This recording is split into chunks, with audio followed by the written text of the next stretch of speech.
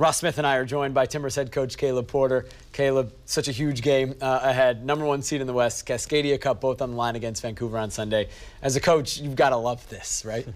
Yeah, couldn't have scripted it any better, obviously. You know, for us to be able to play on our home pitch, to win the West, to win Cascadia Cup, to avoid the knockout, wouldn't want it any other way. Let's set this up and show the standings. Here are the Western Conference standings heading into decision day, so everybody gets an idea of what really is on the line. The scenario is so simple. If the Timbers beat Vancouver, the Timbers will be the #1 seed in the West for the playoffs. If Vancouver wins or draws, then the Whitecaps will be the top seed, and the Timbers could finish anywhere from 2nd to 4th. And the Cascadia Cup also decided on Sunday. If the Timbers win, they get the Cascadia Cup, while a Vancouver win or draw would send the Cascadia Cup to Seattle. I look at these standings there, Caleb, and all the teams you fared very well against so far this year, performances and results. What does that do for confidence, knowing that the teams who are battling for first place, you've done well against them this year? Yeah, I think this group is confident, irrespective of who we're playing. Vancouver's a difficult opponent, though. We've had some success versus them this year, but it's always tough to beat a team 3 times. You know, because there's always adjustments. But we're looking forward to it. It's going to be a great game. It's great for the fans. It's great for the league. Both teams are already in the playoffs. So, you know, it's a big game, but it's not do or die. But we're approaching it as if the playoffs are starting. There's such a buzz going into this game, and you can understand why, the way that your team is playing, the brand of soccer.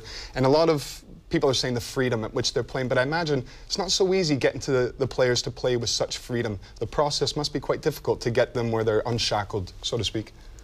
Yeah, I mean, I think there's always a fine line between freedom and organization. If your players are sometimes too programmed or organized, they can get paralyzed. That's not good.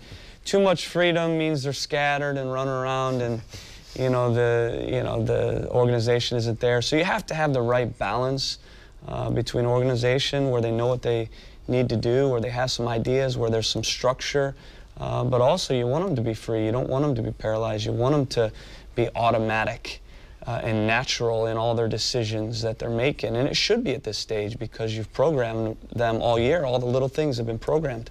You talked about getting this game at home. You had the last 2 at home, 3 the last 4 at home.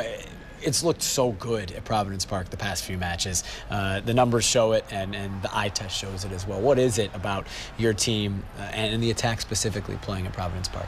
Well, it has to start with the supporters, their energy.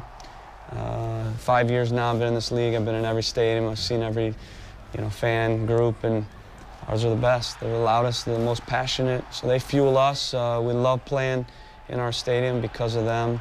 I also think just the style of play that we have, it really works on that pitch.